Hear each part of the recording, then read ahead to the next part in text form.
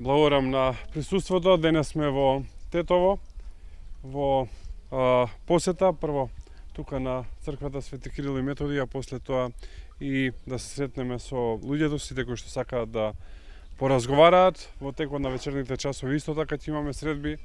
Би сакал да ја поздравам иницијативата Го сакам Тетово, која што овие 2 дена организира и концерти, кои што се навистина вчера беа масовно посетени, а очекувам и вечер да има масовна посетеност.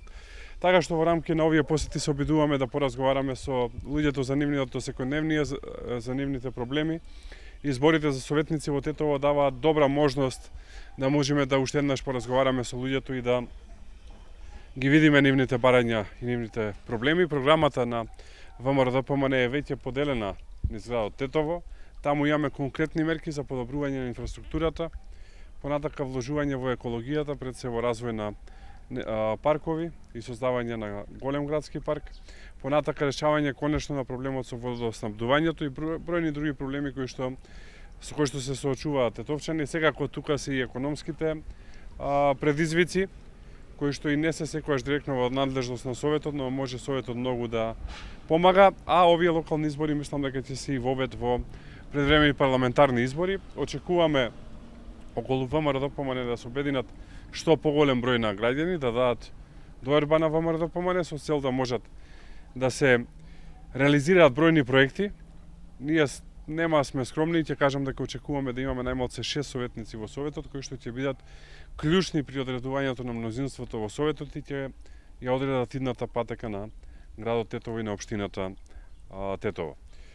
Така што во овие рамки очекувам да се движат и следните 9 дена до завршувањето на кампањата и до изборите кои што се на 20 август. Повторувам, мислам дека овие избори ќе се многу значајни и во делот на иницирање на предвремени парламентарни избори, особено во услови на покрај национално понижување кое што се случува на Македонија пред се со бугарскиот договор, веќе е известно економско опустошување.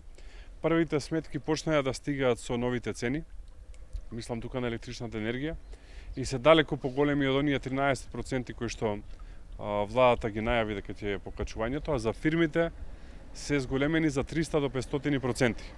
Значи за 3 до 5 пати се зголемени цените за електрична енергија. Ако некоја фирма, например, плаќала 5000 евра за електрична енергија, сега плаќа помеѓу 15 и 25.000 евра за електрична енергија, што ги носи фирмите кон колапс и кон возможно затварање на истите, да не зборувам за другите економски проблеми кои што и престојат на Македонија, така што во такви услови овие избори во Тетово мислам дека со резултатот кој што ќе го покажат ќе бидат силен вовед во предвремени парламентарни избори. Јас се застанам тука, повелете ако има прашање. МНР вели дека нема да има врските на диалогот со Бугарија, кои се информациите на ВМРО? Ние долго време предупредувавме дека барањата немаат крај. Видовте пред неколку дена во Бугарија се формираше техничка влада и само што се формираше владата, новиот министер за надворешни работи испорача нови барања кон Македонија, уште поголеми од оние кои што се во договорот кој што се направи со Бугарија. Гледаме дека тие барања го надминуваат оној така наречен француски предлог, кој што сам по себе е лош и е национална катастрофа. Сега бугарите одат и чекор напред, што само ја поддржува нашата теза, која што ја имаме месеци, години наназад, а тоа е дека никогаш нема да има крај на бугарските барања се додека од македонска страна нема јасна и цврста политика. Се работи за 150 годишна стратегија на Бугарија, за стратегија која што го негира постоењето на македонскиот народ, македонскиот јазик, македонската култура, историја, традиција и самобитност, и затоа најдобар начин за спротивставување на истата е создавање на национална политика и една влада која што ќе ги штити националните интереси, каква што за жал не е владата која што во моментов ја води Македонија. Еден коментар за поставувањето на плоча на Прохор Пичински, нели власта рече дека има плоча, ама најверојатно е тргната сега. Да, призна и претседателот Пендаровски дека е тргната. Јас, ако се сеќавате минатиот пат кога бев во посета на Тетово, во однос на претседателот Пендаровски, кажав дека се работи за најголемата измама и за најголемата фасада на македонската политичка сцена. Тргањето на плочата посветена на првото заседание на Асном од манастирот Свети Прохор Пчински е потврда дека се работи за најголемата измама и за најголемата фасада на македонската политичка сцена. Стево Пендаровски со голема помпа во јавноста велеше дека се враќа прославата во Прохор Пчински. При тоа излаже и не кажа дека последно тоа се случило во 2009 година, туку велеше дека се случило многу порано. Но она што е најбитно, рече дека проблемите се решени, положи цвеќа пред една плоча која што ја видовме сите, за после неколку дена таа плоча да е трната и самиот да признае преку соопштение од неговиот кабинет дека се работи за лажна плоча, односно како што тие велат за времена плоча. Што да ви кажам? Лажна величина, фасада, лажна плоча. Така обично прават политичарите кои што се фарса без суштина, што само го покажува системот на владење на СДСМ. А вие обелоденивте, ја обелоденивте аферата околу Шик Јелак, како ги коментирате постапките или непостапките понатаму? Точно, прва одлука која што ја донесе мнозинството претходно во Советот на општина Тетово на СДСМ и ДУИ, веднаш после формирањето на владата во 2020 година, беше деталниот урбанистички план за Шик Јелак, кој што во многу спорни услови е продаден на контроверзниот црногорски бизнисмен со српско потекло Миодраг Дака Давидовиќ.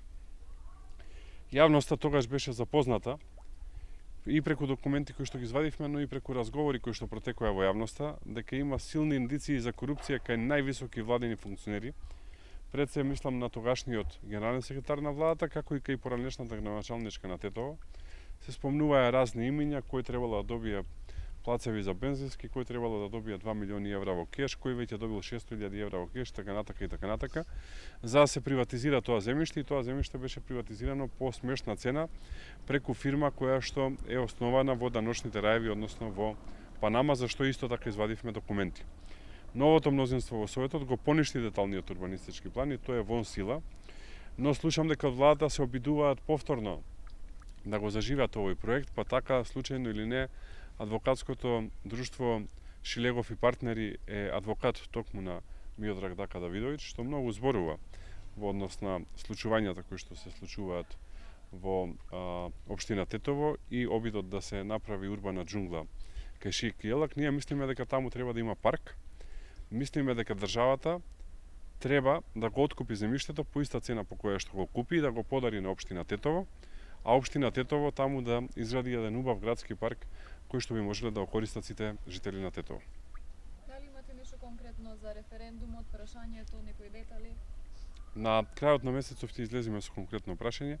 Во текст е консултациите, кои што се широки, опфаќаат бројни експерти, ќе биде насочено во однос на францускиот предлог и во однос на најспорниот дел од францускиот предлог, кој што го става договорот со Бугарија пред членот 12, во кој што е предвидено дека ќе се зборува за историјата, ќе се составаат така наречени протоколи за исполнување на врските на Македонија.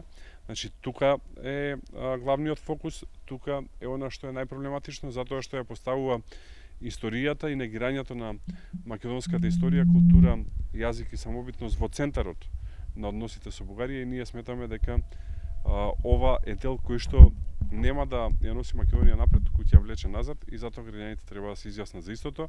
Но во однос на конкретно референдумско прашање ќе ве замолам да почекате до крајот на месецов за да ве информираме.